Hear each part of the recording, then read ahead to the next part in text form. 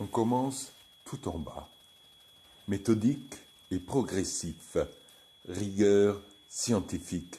L'objectivité est la mère de la vérité, et son géniteur se tient là, scrupuleusement fidèle à un devoir conjugal qu'il n'a jamais renié, ne rechignant jamais devant l'ouvrage, le devançant même. Installons-nous devant la paillasse et regardons d'aussi haut que possible, pour embrasser par le regard de la grande lorgnette cosmique la masse indénombrable autant qu'invisible à l'œil nu. Le bouillon de culture des organismes grouillant sur l'orange, de la belle couleur de putréfaction de viande avariée, fourmilière de rien du tout, produit de mutations improbables, monstrueuses, impossibles, anarchiques, contre nature. Grossissant la focale, on y voit déjà beaucoup mieux. Et si cela remue, et s'agite et palpite dans le tuyau de l'objectif de notre télescope, la meute bouillonnante recouvre toutes les parties de l'orbe visible, et si nous prenions le temps de le laisser accomplir son entière révolution, nous constaterons le même état de surpeuplement du côté où tout à l'heure régnaient les ténèbres. Des chiens partout, et de toute apparence, visage et couleur, mais dominant largement l'ensemble, des cabots au sujet desquels on serait fondé à s'interroger vraiment si cela est excusable que de telles horreurs aient pu venir encombrer à ce point la création.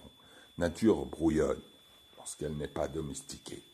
Chien informe, pelé, déteint par les intempéries, errant famélique, oisif, vulgus pecus.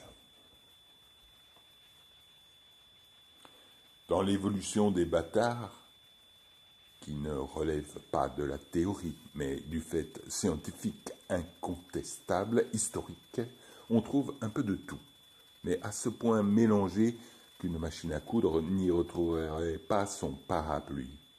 Une salade composée mêlant les ingrédients les plus variés et contradictoires. Tenez, usons de l'exemple pour appuyer notre argumentation sur une expérience empirique. Voyons celui-ci que nous avons prélevé au hasard dans la masse, selon le critère inattaquable de l'analyse scientifique.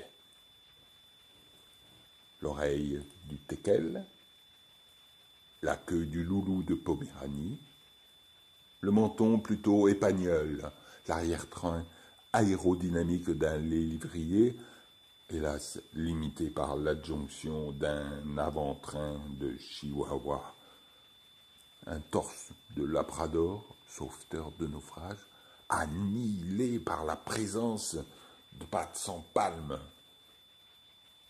issu, à n'en pas douter, du gène d'un terrier. Nous venons de démontrer de manière éclatante et dûment critériée que la nature fait réellement n'importe quoi, sitôt qu'on lui permet de n'en faire qu'à sa guise. Qu'on nous reproche après cela d'avoir signé la mort de Dieu, ce marionnettiste fou qui a bâclé pire qu'un apprenti ses guignols, emmêlé à ce point le sac de nœuds de toutes ces ficelles que plus personne ne donnerait un liard pour assister à son spectacle.